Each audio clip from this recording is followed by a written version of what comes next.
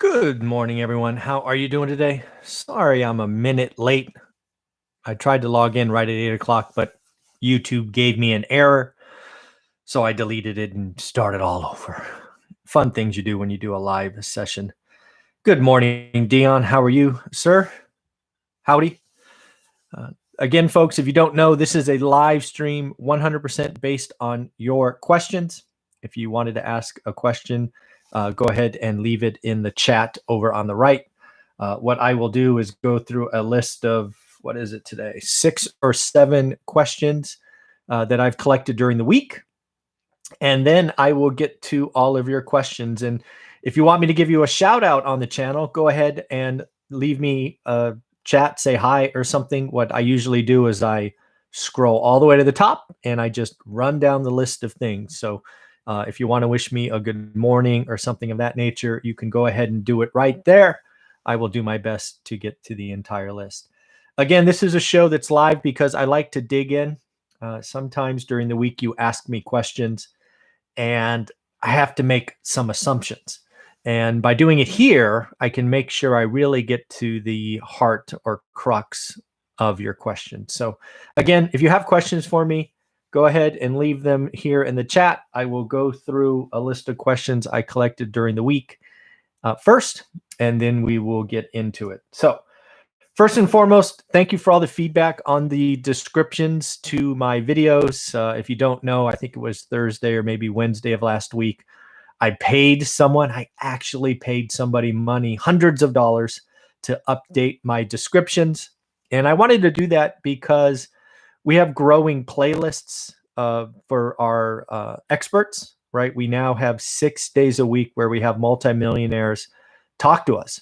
And I thought it was time I gave each of them a shout out in the description.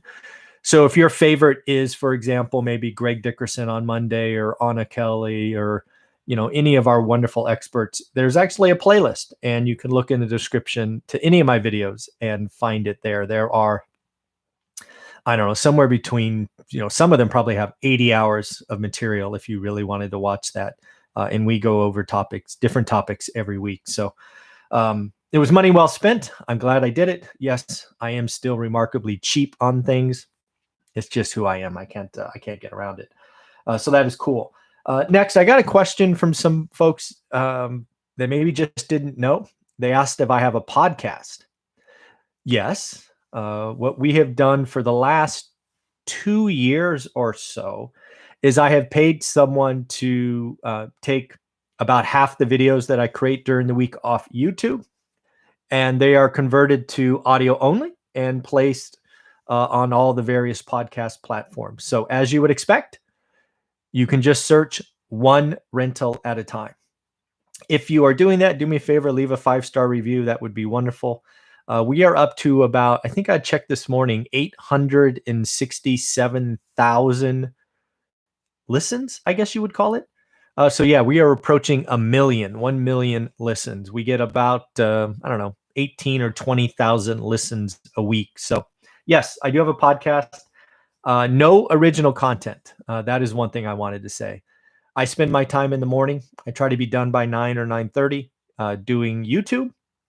And so no original content. If you're hoping to go to my podcast and hear different things, no. But if you'd rather listen or you'd rather do that than watch video, by all means, go to One Rental at a Time podcast. It is there for you. Next up, I got a couple of questions about my courses, what to expect. I'm not sure if it was because of the description changes and they're more obvious now, or it's the fact that my very popular How to Get Started One Rental at a Time is going up in price. It's going to go up $100 or 50% in about 16 days. So again, if you want to get it for its cheapest price, you want to get all the new content as it comes out, buy it now. It's cheap, $200. Or you can wait till next month and it's $300. Your call. So I don't know what it is, but I thought I would talk about it. So I have a game of money, or how to get, to get your money right. Game of money course. It's only $99. What you can expect in that course is it starts off with choices. That was an exercise that I think I took 6 of my experts through. And you should go watch those because it was interesting to see. This is just from memory.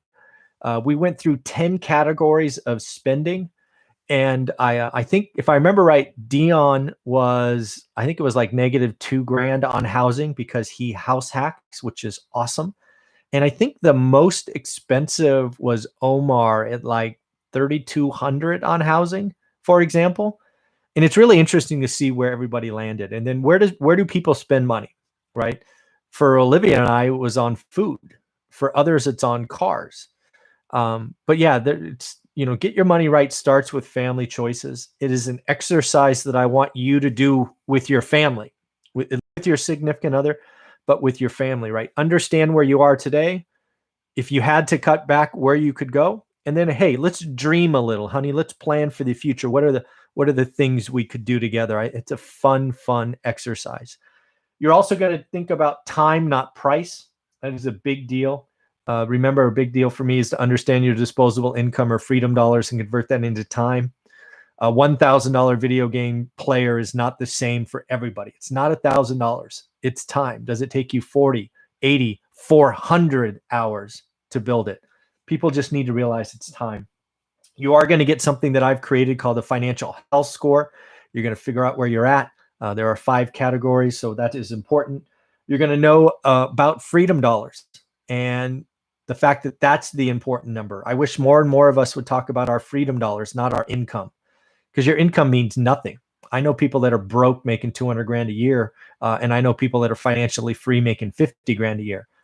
Your choice. It is not about income. It's about freedom dollars. And then finally, it's about budgeting. It's trying to figure out, do you know what you're spending when, and things of that nature. So I think the Get Your Money Right or the Game of Money course is extremely valuable. And it's only $100 or $99.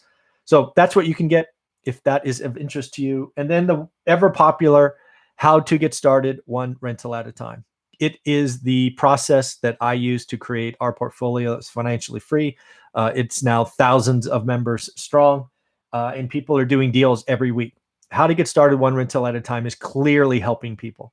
And again, it is going up 50% or $100 in about 2 weeks. You're going to get focus, daily discipline. You're going to be able to compare deals.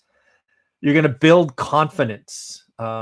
You're going to understand what average is, and you will get access to the private Facebook group, which is blowing up with activity. Plus, not to mention, all of my experts are giving extra stuff. This started with Ryan Nickel and seller financing, and Anna Kelly with private money, and now we're getting stuff on self management from Dion. We're going to get stuff on house hacking from the lumberjack landlord. So much stuff coming, and again, it's all included at no additional cost. So shout out. So again, Get Your Money Right, $99. How to Get Started One Rental at a Time. Life-changing stuff for only 200. And again, that one's going up because we keep adding more and more and more stuff. So I suggest buying it now, or you can wait and give me an extra $100 next month. That is your call. Next up, inflation. So I want to be clear on inflation. I believe the Fed and Jerome Powell are wrong. I believe they are behind the curve. However, that 4.2% CPI number is not proof that Jerome Powell is wrong. That number is so, I don't know what else to say, dirty or discombobulated as almost to be irrelevant.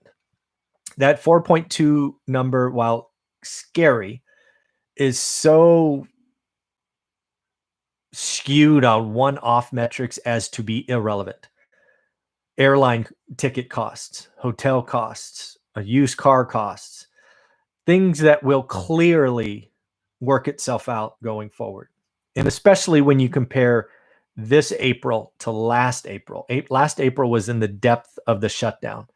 So again, I believe inflation is a problem. I believe inflation will be a growing problem. However, this 4.2% number that came out on Wednesday, that's not proof. Those of you screaming and yelling that inflation is out of control and pointing at that headline number,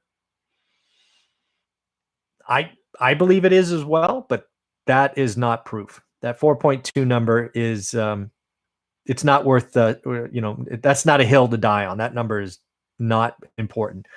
Next month might be interesting, right? Because we'll get more on gas and rent and things of that nature. So I think inflation is a problem, but April's reading is easy to explain away, and it's not even a leap to explain away. So I would not.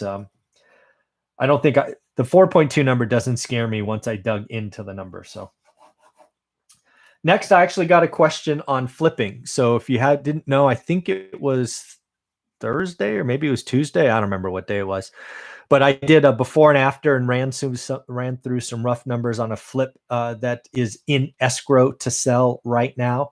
And one of the comments below the video is, "Hey, are you going to release a flipping course?" So I thought about it for like 2 seconds, and the answer is no. What I'm going to do if I add flipping content, which is possible, I will just add it to the how to get started one rental at a time. I see no value in creating a second real estate course. If I create more content, I will just throw it into the one course that's taken off. And if you already bought the course, just like every other section, you get it for free, right? If you bought it, for 200, you got seller financing for free. If you bought it for 200, you got what else? Private money. So if I do create flipping content or partner with someone else for flipping content, we will just add it as a new section and you get it for free. So there you go. I'm not going to create a separate course and charge people for it. That just doesn't sit right with me. More questions about the lenders that I talked to. Again, I'm sorry if it's confusing. I don't mean it to be, right? We've been talking to Matt, the mortgage guy, now for 4 or 5 months. He is licensed in California, so he can do work for you in California. He is going to get you the best rates. If you want to buy a house, best rates. If you want to refi your house, best rates. If you want to buy your first rental, best rates, right? Assuming, all else being equal, down payment, credit, things of that nature. However, not all of you can qualify for bank loans, or you already have 10 properties, or the thing you are buying is rough, or whatever it is, lots of reasons. The non-QM space, non-qualified mortgages, is a hot space that did not exist 12, 13, 14 years ago, at least at the size. Velocity Mortgage is publicly traded, and they have loan products designed for investors. I do not personally see Matt, the mortgage guy, and Stephen Dow competing. Stephen Dow does not play in owner-occupied. If you are living in your house and you want to do that, you can't call Stephen. Dodd-Frank makes that a big fat no-no. You got to call Matt, the mortgage guy, or brokers in your state. If you want to refi and you have a 4.5% or 5% mortgage, you got to call Matt, the mortgage guy. Stephen, the best rates and the best circumstances, I think he says, is 5.25% or 5.5%. But again, you got to remember, a lot of us, that's awesome. I couldn't get loans, below 7, right, or 6.5. Now I can. So, yeah, I'm sorry if it's confusing. It's not meant to be. I think a lot of us have business, processes where if we worked with Stephen or other non-QM lenders, we can actually get a pretty good funnel of activity going. So hopefully that makes sense, but you never know. So hopefully, if not, keep asking questions and I'll try to be better next. Next, I don't know about you, but I just sent off a rather large check to the federal government, the IRS, the U.S. Treasury. I guess it was Internal Revenue Service. And I went through my taxes, and the only answer is I have to hold more real estate. The last couple of years I think we've done, I think it's 61 flips now. This one that's in escrow, I think, is the 61st flip. I have to hold more real estate. I got to get depreciation up. Right now, my portfolio, I think, produces about almost 200 grand in depreciation write-offs a year. I need more. I just need more. I need to buy more cash flow real estate. I need to hold. I need to stop selling, flipping assets. I need to just keep them. So I will likely be using, Stephen Dow's products. because it allows me to hold longer, right? I'm lucky enough to pay cash for my flips and flip them, but damn, I do not like seeing my tax bracket that high. I need more. So this year, 2021, I will likely hold more than I flip. Is that going to be fair? Yeah, I would say that's going to be fair. I think I will hold more than flip this year. And especially if they change taxes, I may not flip anymore. So it is crazy. So yeah, not selling in this environment. I need more. And then risk. So I want to pull up my phone here because I want to pull up and I want to read a comment that I got from YouTube. So if you don't know, there was a comment that Lumberjack Landlord and I went through last Tuesday about risk. I created that. We read a comment. Matt and I talked about it. Well, the person who wrote the comment responded. So I'm going to read this because, again, I think there's a lot of new investors that feel this way. So let me go through this. So I'm just going to read it entirely, and you can see that I'm reading it because it's on the video. I finally found this, which is the video. Thanks for responding to my comment question. As a beginner, here are a couple of roadblocks that I'm facing. I think this is fair. So let's go through this. And again, folks, just so you know, this is the last question I have, and then I will be going to your comments here in a minute. 1, it is extremely difficult for me to find good deals. Well, it's hard for me too. So welcome to the club. Not even talking great deals. Okay, that's good. Great. That's good. Following my me, that's good. That are within the distance that I travel, 70-mile radius. So what is that? Probably an hour most places. This makes my cash flow razor thin or close to break even. Yep. No alligators. Remember that. So having someone living for free in property without ability to sell to cut loss is making me very nervous about this. You guys talk about having a process to minimize this risk. That's fair enough during usual times. But what we're talking about here is game-changing event where the government is enforcing unreasonable rules that would tempt any decent tenant into taking advantage of the situation. So what kind of processes would ensure landlords to not get shorter end of the stick? Man, so a couple of things. First off, I want it to be very clear. What is it line? Government is enforcing unreasonable rules that would tempt any decent tenant into taking advantage of the situation. That is so not true. That is not true. Matt and I have 250 units together. We have maybe 4, maybe 5 tenants gaming the system. So to think that every reasonable tenant's going to game the system is, you got to get your head out of the headlines. In Matt and I's portfolio, it's 1, maybe 1.5%. Most people, even in this crazy world, want a safe place to live and are fair and good and hardworking people. To think that every reasonable tenant's going to game the system is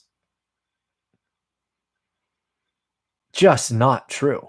Just not true. Second, another thing is, what process do we have? It's all about tenant selection. And that goes to any time. Most landlords get in trouble when they cut corners or they let in questionable, kind of tenants with kind of sort of okay. Be comfortable keeping a unit vacant. Again, I go back to what I said the very first time this started is, if you are this nervous about being a landlord, don't do it. If being a landlord is going to keep you up at night, don't do it. It's not worth stress. Every time I read these comments like this, it's like, if being a landlord, if you're not a landlord yet, but it's keeping you up at night, probably a sign you shouldn't be a landlord. And then next, finding good deals, let alone great deals, is hard. I've told you many times, it's never been this hard. It's about to get easier. My students who are doing the work are already telling me it's happening. But again, if you're thinking about being a landlord and you own 0 properties and you still can't sleep at night, don't be a landlord. That's my first thing. All right. So number 2, he has another one. Since I just started with single family house investing, I don't have the economies of scale like you guys. Yep.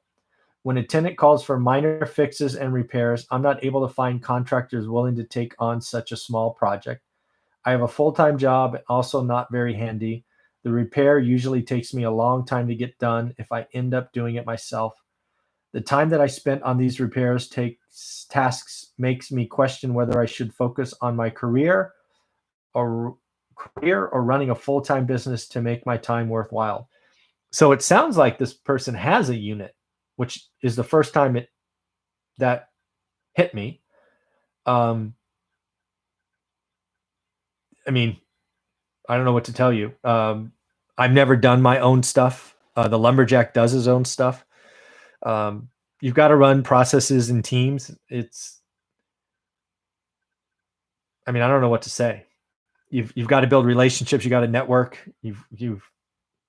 You are running a service, and part of the service business is fixing stuff. Yeah, I don't know what to say to that, but yeah, again, deals are hard today. Being a landlord is not riskless. It's not for everybody. So I don't know what else to say to that. But yeah, that's what I got. All right, let's go back to the top of this and say hi to everybody. All right, scroll, scroll, scroll. Hey, Dion, how are you? Mike from Brazil. How you doing, buddy? Wow, down in Brazil. Which part of Brazil? Good morning. Thanks for all you do. You're welcome, Dan. John, do you rehab differently if you are flipping the property versus keeping it to rent? John, only slightly. Only slightly. For example, if I was going to flip a house like the one that just went up on my channel, I guess last week or the week before, I did little things like we changed the closet doors. If it was going to be a rental, I just would have left the other ones. They were fine. They were just ugly. So I put in white doors instead of brown doors. I would say on a flip, I probably spend an extra $2,000, maybe $3,000 on little things. But my rentals are, I call them pride of ownership rentals for a reason. So they're pretty nice. But yeah, I do a few little things in flips that I don't do in a rental. Hey Nathan, good morning. Hey, is that Sarn? Hey, good morning, Sarn. John, howdy Dion. Good morning. I'm gonna say R, I guess. Dan, I agree. Some may be staying home instead of working due to unemployment benefits, but almost 600K have died from COVID. I'm assuming that can be a factor for job openings that no one is discussing. Probably. Yeah, sure. Everybody likes Dion. Good morning, Tamika. How are you? Smash the like button. I like that. Good morning, Arthur. How are you? Smash. You guys are awesome. What do you think of putting solar on a rental to increase value to find a tenant easier? I would never do that. Solar never gets me more rent. Maybe it will. I know. Maybe if you're in Arizona, I shouldn't be so cavalier. Maybe there are markets where solar gets you more rent. Solar doesn't get me more rent here in California, or at least in Fresno. I'm not sure why it would. Maybe I don't know why it would make a tenant easier. I've never had a tenant ask for solar, even though it could potentially save them money because they usually pay the electricity bill. Yeah, Nathan. At least in my market, man, solar doesn't get more rent, and it's never been a request of a tenant that I can remember. Oh, another Nathan. Question. Outside of refinancing into an alligator, what are the biggest mistakes you made in your first 5 years of investing? Yeah. So alligator for sure is a big one. Glad you picked that up. Number 2 is I didn't appreciate my cash.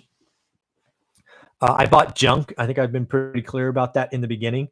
And we've got to remember the lending environment I had in 2003, 4, and 5 was very, very easy. Back then, you could borrow on junk.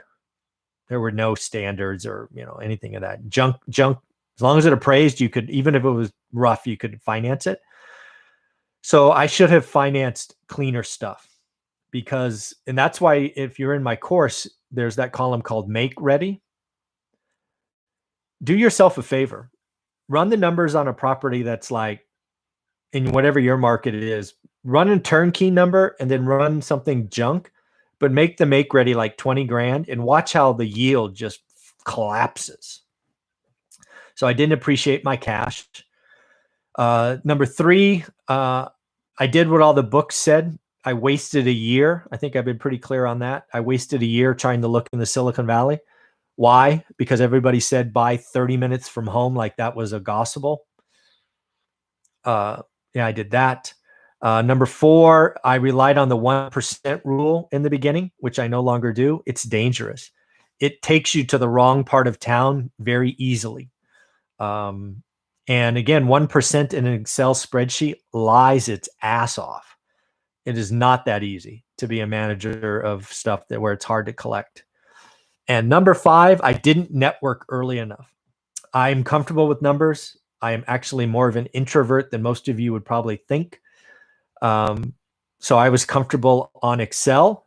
So I spent way more time on Excel when I should have been networking with real estate agent and other investors.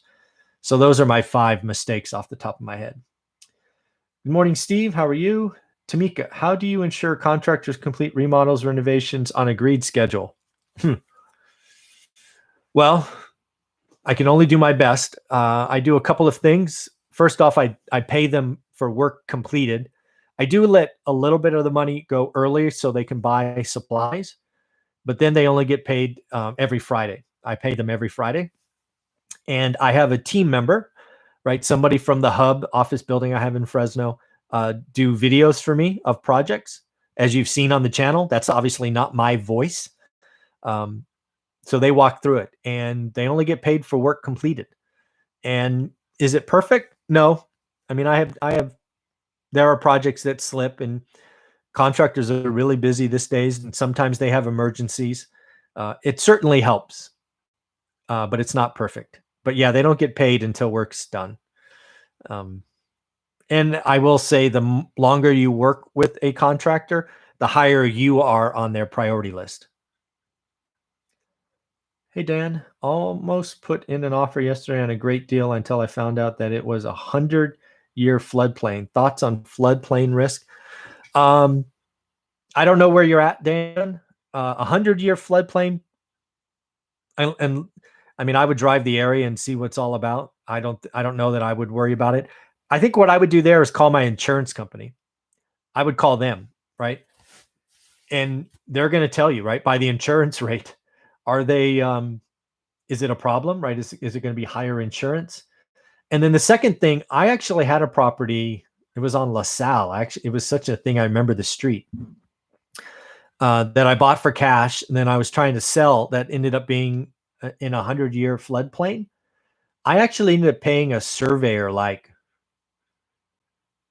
$1,500, I think it was. And they came out and surveyed the house and it was removed from the 100-year floodplain, which actually dramatically reduced the insurance for the new buyer. So that's something you could do. A lot of these houses get put in the floodplain because they're in a neighborhood, but there is actually a process to get one removed. It costs money though. It delayed it like 2 weeks because these surveyors are busy working on bigger projects. But yeah, so I'd call insurance and then look at the chances of removing it from said floodplain. That was the only time I remember doing it. That's why I remember the street LaSalle. Huh, it's funny. Assuming buy and hold, how do you approach buying down or selling up points? Also, if you have excess capital to invest, would you prefer higher or lower down payment? I've never worried about points. I've worried about them, I guess, on my owner occupied house. We did buy down the rate because we knew we were going to be here forever. But I always, on my investment homes, I just take the one with 0 points. It's just faster. I mean, you could do the math. I mean, in the spreadsheet I have called yield, you can play with the numbers and see what happens, but I've never done it. It's not worth my brain cycles. If you had excess capital to invest, would you prefer higher or lower down payment? I let the yield on my deals tell me what to do. Sometimes higher, sometimes lower. I'm actually, I guess what I'll tell you there, Brett, is I'm holding more cash than I have before. I see deals coming. I know the last 14 months have been rough. I know. Trust me. I know. 250 offers, no deals. I know. I expect a lot more deals coming forward. I'm already starting to see early signs of inventory. So I wouldn't be in a rush to deploy it. It's a process to get the capital back. So I certainly wouldn't go high down payment. I'm comfortable at 25, 30%. That's where I play. Hey, Dominic, how are you? 29 with 2 kids under 4 with stay-at-home wife. Bought a 2-1 bath 4 years ago for 180. Refi. Ooh, 2.8. You are awesome. Recently and got a soft appraisal at 390. Make 50K a year. How would you start? Well, so I don't know what you have for savings, emergency fund. I don't know what your freedom dollars are or disposable income. First off, that's a great rate. Congratulations. I think what you're trying to ask me is, should you use your equity? I'm not a big fan of that, right? You have your home is your home, right? That's where your kids are. It's where your wife is. In this case, I would pick a market. I would learn a market.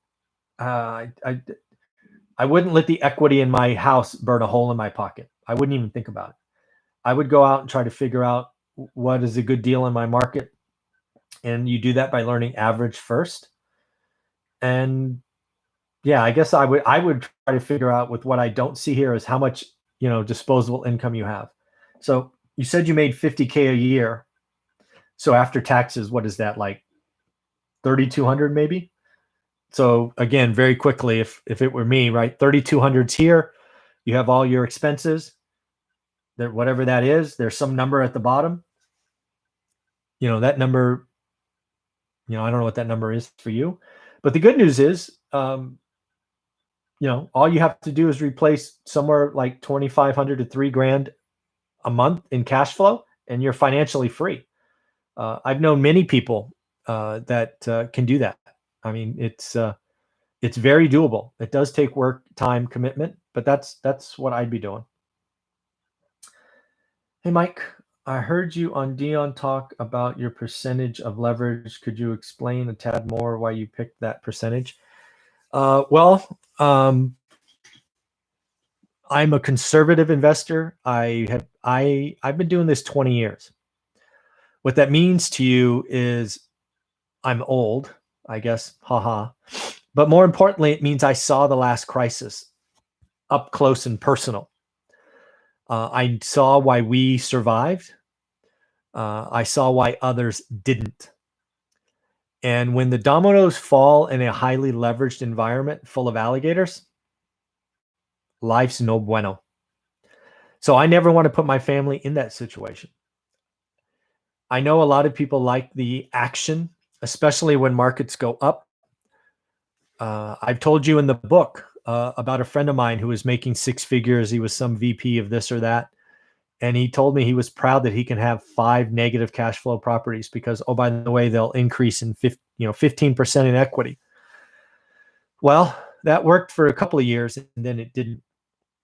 And then he had, 5 foreclosures or short sales on his record. So I'm not a big fan. There's a lot of people that chase the pretty penny of action and gambling. What I see going on with Dogecoin is just the latest example of pump and dump. It's crazy. Somebody's going to get left with the bag. I don't know. It's gambling is a mentality. It's addicting, and I don't like it. So I'm very conservative. What about us non-Facebook people? Do you have a course? Do you have a course on YouTube?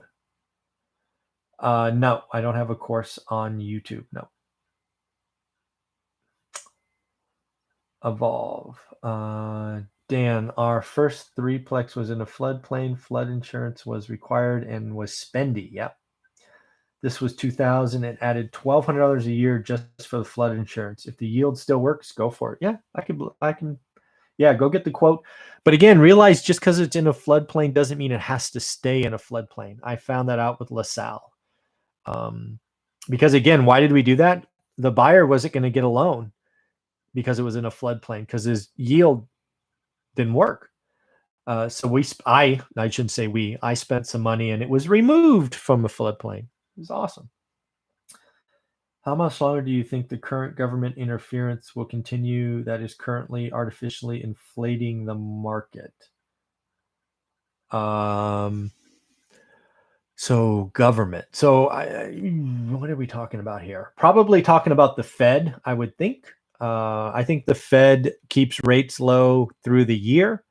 I think they start talking about tapering, which will be their first step in December. So it's really not that far away. And I think rates will go up, which will cause the asset environment, especially the stock market, to adjust for sure. You might be talking about evictions. I don't know. I think the CDC thing goes away at the end of June, and then you have to worry about your state. I think most states will let it go away in June. Some will go to September, like lovely Gavin Newsom. But yeah, I think this is almost behind us. It's like right there. So we will see, to use a Warren Buffett quote, we'll see who's swimming naked in about 4 or 5 months. That's a reference to a rising tide and a sinking tide, is that Warren Buffett quote. Do you think some listing agents lie about multiple offer situations to get buyers to make emotional increased offers? Yes. Yes, I do. I have no evidence of that, but yes. Mike, his course is, that's true. My course is not on Facebook. It's on Teachable. That's a good point. Yeah, if you thought my course was on Facebook, the course is nowhere on Facebook. There's a Facebook group just for the course. That's an extra. I don't charge for it. It's just, hey, let's get a community together and let's be nice to each other and help each other. So yeah, the course is not on Teachable. I'm sorry. The course is not on Facebook. The course is on Teachable. So all of you, if you're watching this live, you can take the course because it's on Teachable. Yep. Thank you for that, Daniel. I appreciate that. Oops, where are we going?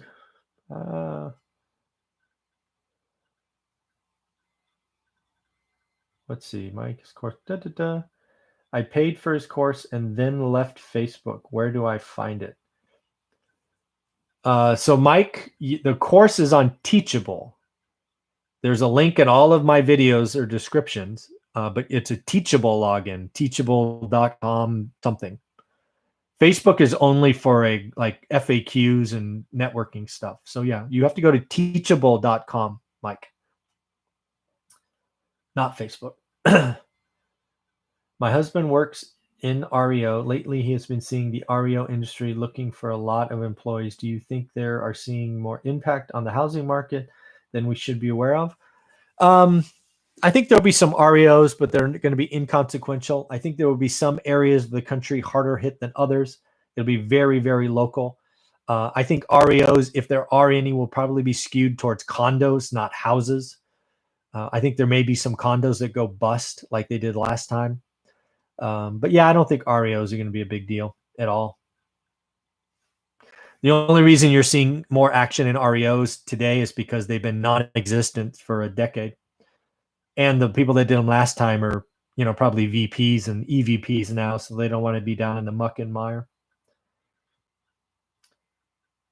Hi, Michael. If the average yield of a market is 1%, would you buy an investment property if it yields 3%? So RB, if my chosen market, like you just said, was 1% and I found a 3, yes, I would do that deal every day. If my market that I've chosen to be in and I want to be in is 1%, I would do a 3% deal all day long. That is the goal of my course. No average. And you just told me average is 1. Do great. And 2 points above average is great. Yes, I would do a 3% deal. I would also make sure my numbers are right because 3% is awful close to negative. But yeah, I would do a 3% deal if I felt good about it. Absolutely. Thoughts on converting a single family into multi-unit? Also, have you ever considered rent by room in order to increase yield on individual property? So 2 questions there. I would never do rent by room. I don't want the extra damage. I don't want the extra headache. People have enough drama when they live next to each other. I couldn't imagine the drama of rent by room. No chance in hell I would do that. Um, yeah, we've looked at how converting houses, like taking the garage and making a studio, things of that. ADUs in California are becoming a thing. Right now, appraisers are not giving you value for them. Again, I've looked at it. Not something I'm super excited about, frankly. Oh, look at that lumberjack landlord. I did the math on solar. I've never seen it work financially long term. Yeah, me neither. Do you work with one contracting company or have multiple? I have one. I have one go-to contractor that does my remodels, and then I have other contractors for my portfolio of rentals, and I don't usually mix them. Yep. What is Steve's response time? Steve Dow. So far, it's been pretty good. He has had some personal issues with his dog passing away recently from bone cancer, so he did have a couple of days where he was out of pocket. But near as I can tell, everybody, lots of you have reached back out to me and said he's done great. So I would say his response time is within 24 hours. But again, you guys tell me. So I'm testing him out just like you. Yep, Mike, I know we're on my channel. I knew that. You're near Sao Paulo. I've been to Sao Paulo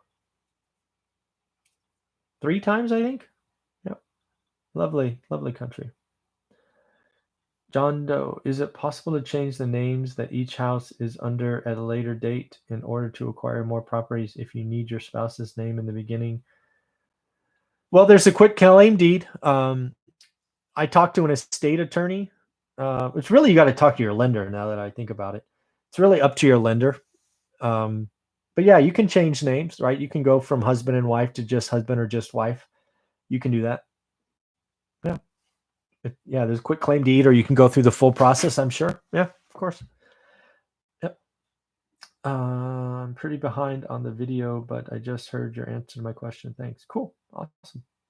Any advice on buying acreage and holding? Yeah, Kathy, I don't I don't have any experience. I've never done that. I'm not sure. Are you thinking about farming, or are you thinking about being a land bank? There's a lot of people, I don't know, a lot of people. There's some people out there that the best business is being a land bank and waiting for housing developers to come buy their land. I've never done that. I really stay close to what I know. And I'm sorry, Kathy, I don't know. I've never done that. I don't know. I know it's not free. You've got to manage the land, which, hire a tractor and mow the dead grass every once in a while. But yeah, that's all I know. For FHA loans, how do you house hack every year? Well, so I think what you're talking about is an owner occupied loan. And when you sign the paperwork for an FHA loan, you declare that you intend to make it your primary residence. So if you are declaring that and then acting differently, you are creating mortgage fraud. So let's be clear. But yeah, you can house hack every year or 18 months. Probably 18 months is better, depending on what the loan says. I don't have FHA loans, so I'm sure there's a requirement for maximum occupancy or minimum occupancy. I think it's a year. It might be 2 years. I don't know. But yeah, you can house hack. You can even house hack a fourplex. It's a residential loan. Live in one unit. Even just live in one bedroom of one unit if you want to. Dion and the lumberjack landlord or house hackers. But yeah, you can get FHA loans for that. And I think you have to be there a year, but read the paperwork. It might be 18 months. How do you find a great property management firm that focuses only on property management where the owner principals are investors other than just Googling for them?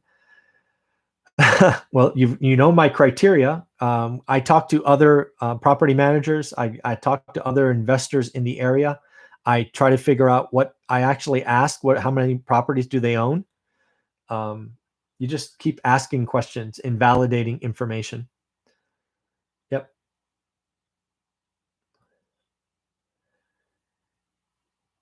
Yep.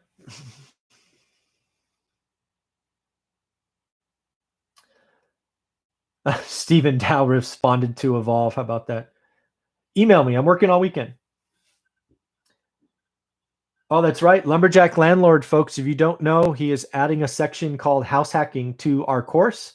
Look at that. I love my experts. Aren't they wonderful? Not only do they give me an hour every week, they even add to my course. They're awesome. So again, if you don't know, I think I said it earlier, the course is going up $100. Buy it now. And if you do, you will get the Lumberjacks course or section for free because I don't charge just for adding content. So it's coming. All right. What else do we have, folks? It's been a good day. I think I caught everybody. Said hi to everybody. We've got 89 people watching and 32 thumbs up. So that's not enough smashing the like buttons to reference something that was said earlier. Make sure you share with this. We are on the road to 20,000 subscribers, which is amazing. I think we're a couple shy of 19,000 or maybe 100 shy of 19,000 today. But we'll be at 20,000 hopefully in a month or so. So if you want to be part of the first 20,000, make sure you subscribe because we are not stopping. All right. Well, I think that was a good day. We got one more question. Can you recommend a service for helping to self-manage properties? Can you recommend a service? Do you mean an application? I'm not sure what you mean by service. Cassidy, what do you mean by service? Can you give me a little bit more there? What do you mean? And again, just while I wait to see if Cassidy adds any more clarity for that, Dion is already adding content to self-management because I've never self-managed, so I'm not good. Yes, an app. Okay, got it. So what I would tell you to do is there's a guest I have every other Thursday called Hemlane. It's Dana from Hemlane. They have a 30-day trial. That's the best that I've seen. But again, I've not looked exhaustively. But that's why they're on my show. Yeah, Hemlane. That's who I would recommend. Give them a shot. 30-day trial. And if you like it, you can use my last name, Zuber, and they will give you a discount. I think it's 20%. But yeah, just go use the 30-day trial. It's free. And I've done, if you want, go look at their playlist. There's a whole playlist on my channel called Hemlane, and they show the app all over the place. So I'm sure there are others, to be clear, but that's the only one I know of detail. Yeah, get on board. That's right. Cool. All right, everybody, I'm going to take the next 10 minutes to rest my voice. And if you are one of my students, I'll see you in about 10 minutes in the Facebook group. Have a wonderful day, everyone. Bye-bye.